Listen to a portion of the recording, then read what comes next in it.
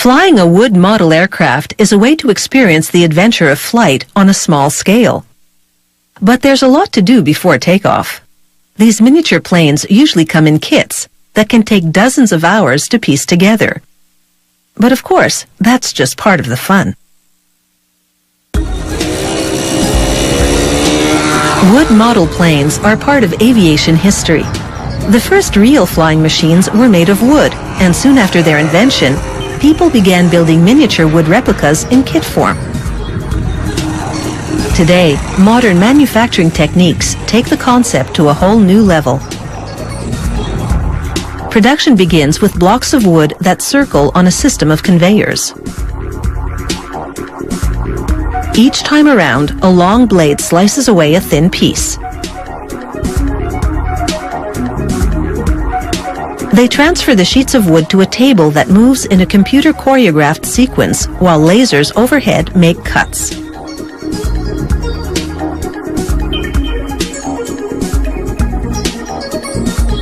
This computerized system produces parts that will fit together perfectly, no matter how intricate the design.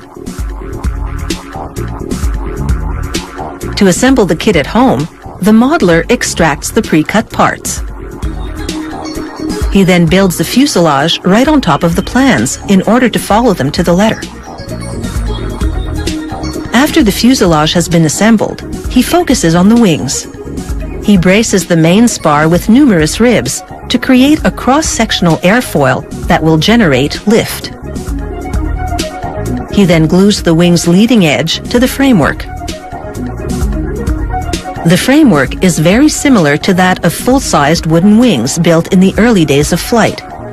It's made mainly of tropical balsa, a wood that's both lightweight and exceptionally strong.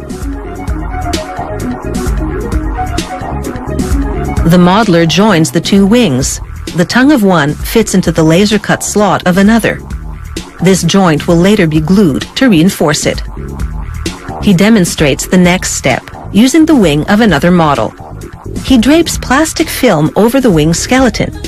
He tacks the plastic to it and smooths out ripples and bubbles. He then heat shrinks the plastic to give the model aircraft its tight skin. Of course, there's no need for a paint job because the plastic is tinted. Finally, he confirms that it's drum tight. Back on the production line, they're now winding wire to produce a spring. This spring is a shock absorber for the plane's front landing gear. With that complete, they now position a sheet of preheated plastic above 6 molds of wheel covers. He activates a vacuum that pulls the plastic over the molds. In seconds, it cools and solidifies into the shape of the wheel covers, called pants.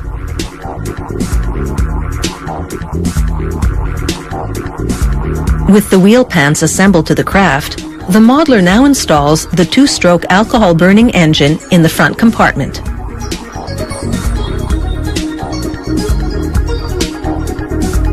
He attaches the muffler to the engine's crankcase. He then secures the spinner's backplate and propeller onto the engine's drive shaft with a washer and a bolt. This assembly will have to withstand the force of the spinning propeller, so he tightens it to the max.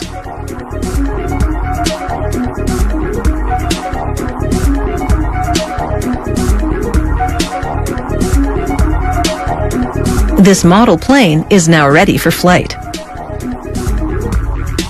Incredibly, it started out as a bunch of parts in a box, but they all come together in the hands of a skillful modeler. Of course, a good set of instructions is essential.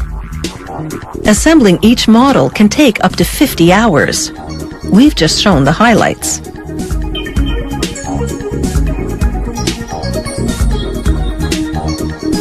The payoff comes when the operator manipulates the transmitter joystick and the parts of the plane move right on cue.